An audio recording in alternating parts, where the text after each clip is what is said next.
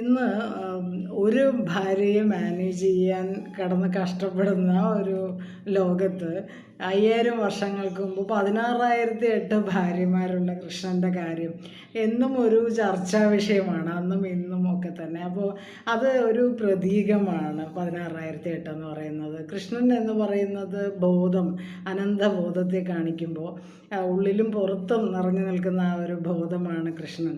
എങ്കിൽ നമ്മുടെ ഉള്ളിലെ 16,000 ചിന്തകൾക്ക് ഒരു കണക്കില്ലല്ലോ. 16,000 ചിന്തകളാണ്.